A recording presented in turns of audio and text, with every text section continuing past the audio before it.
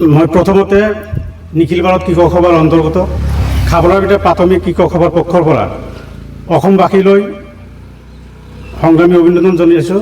তাৰ লগে লগে আমাৰ মাজৰ পৰা আমি হেৰুৱা আমাৰ বুকুৰ কুটুম জুবিনদালৈ শ্ৰদ্ধাঞ্জলি জ্ঞাপন কৰি মই আজিৰ এই আমাৰ যি সন্মিলনৰ কাৰ্যসূচী এই সম্পৰ্কে মই দুই এষাৰ কথা ক'বলৈ আগবাঢ়িছোঁ।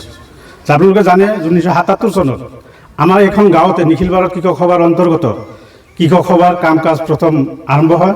প্ৰথম 6জন কৃষকে এই কৃষকৰ সদস্য পদ গ্ৰহণ কৰে। জয়নাল দেৱান, নিমাই নিজাম, বাল্লক আলী, খালেক আলী, মিয়া আৰু ৰহিজুদ্দিন।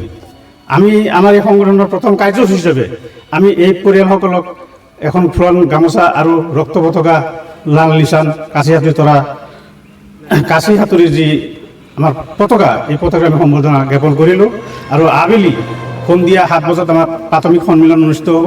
এই সন্মিলনৰ মাজেদি আগন্তুক দিনত আমি আমাৰ অঞ্চলত কৃষকসকলৰ যি সমস্যা, এই সমস্যা ভিত্তিক আমি গণ আন্দোলন গঢ়ি তোলাৰ কাৰণে আমি সংকল্প গ্ৰহণ কৰিম।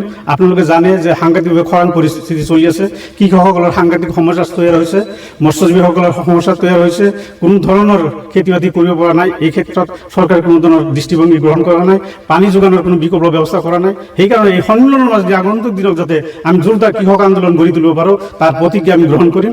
আৰু এই আন্দোলনত অসমবাসীৰ লগতে আমাৰ অঞ্চলৰ সকলোকে আমি যোগদান কৰাৰ কাৰণে আমি আহ্বান জনাইছোঁ। তাৰ লগে লগে 29 আৰু 30 ছেপ্টেম্বৰত কয়কেজি আঞ্চলিক সন্মিলন, কয়কেজি 2 দিনীয়া কাৰ্যসূচীৰে অনুষ্ঠিত হ'ব।